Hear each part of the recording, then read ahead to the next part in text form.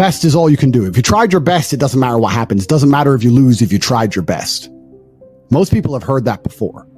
But there is a secret to the universe that most don't know. If you actually try your best, you can't lose. Not pretend to try your best, not try your best 90% of the time, not try your best with excuses. If you genuinely try your best all of the time, all day, every day, it's impossible to lose. So when people say, if you tried your best, it's okay to lose, that is a logic fail. Because if you lost, you didn't try your best in the first place. If you actually try your best, it is impossible to fail in this life. God is watching and he rewards those who want it the most. If you want it the most, you can have it. It's a competition. Every dollar you want, the house you want, the car you want, other people want. You have to win. You have to want it the most and genuinely do your best, because most people aren't capable of doing their best anymore. To get up every day, whether they feel like it or not, and perform regardless. That is the secret.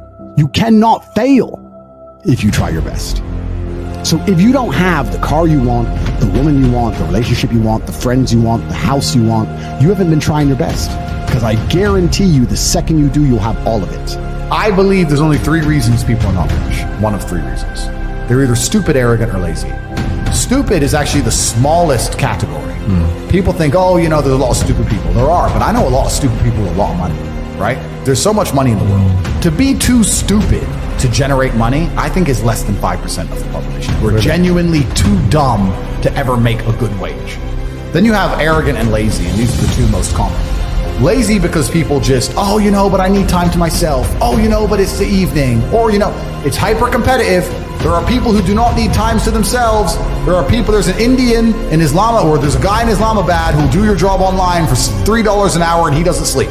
You're going to lose, right? So if you're going to be lazy in any regard, you have to understand there are people like me who are billionaires who work 18 hours a day. When I finish this, I get into my car and I open my laptop and I work on my way to my next appointment.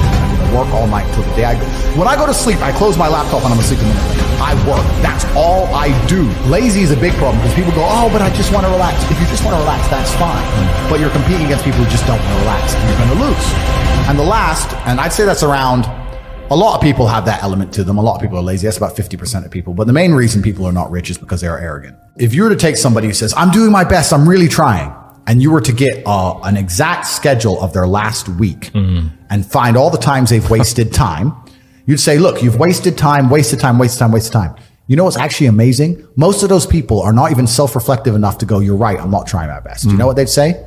Well, I have to rest sometimes. Well, I have to have a social life. Well, they'd be so arrogant because they're arrogant. I had to do my Facebook. Yeah. No matter, you'd even show them, here's where you fucked up. Well, you know, I have to, oh, you're crazy.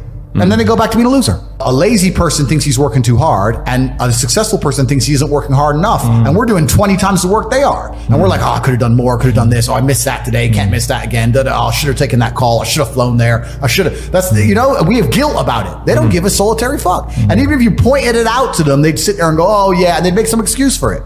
It's the brutal arrogance of people. Perhaps 50, 60 years ago, you could be a normal man with a normal job, have a normal life and a normal wife and a normal house and a normal car and be happy. But the world we are now living in is proving that being a normal man is nothing more than slavery. Being a normal, law-abiding citizen with a normal income and a normal wage and one passport and a normal wife is going to leave you depressed. Sooner or later, she's going to leave you and you're going to end up fucking suicidal and miserable. This is what I don't understand about people, especially men in the world today. Why are they so worried about being afraid? Why are they so worried about, I was afraid every time I fall. Yeah. I fall anyway. Yeah. Like, I don't let fear guide what I'm going to do. I do what I'm supposed to do regardless of how I feel. So I don't see anything wrong with feeling fearful. I don't see anything wrong with feeling stressed or under pressure or anxious. All these things men are trying to get rid of. And I talk about men specifically. I gender this because I'm a man. I don't know how it feels to be a woman. But all these things that people are trying very hard to get rid of from their brains, I don't see why they need to leave. I will argue the point that if I feel anxious and pressured and stressed and fearful, I will get more done than if I was happy.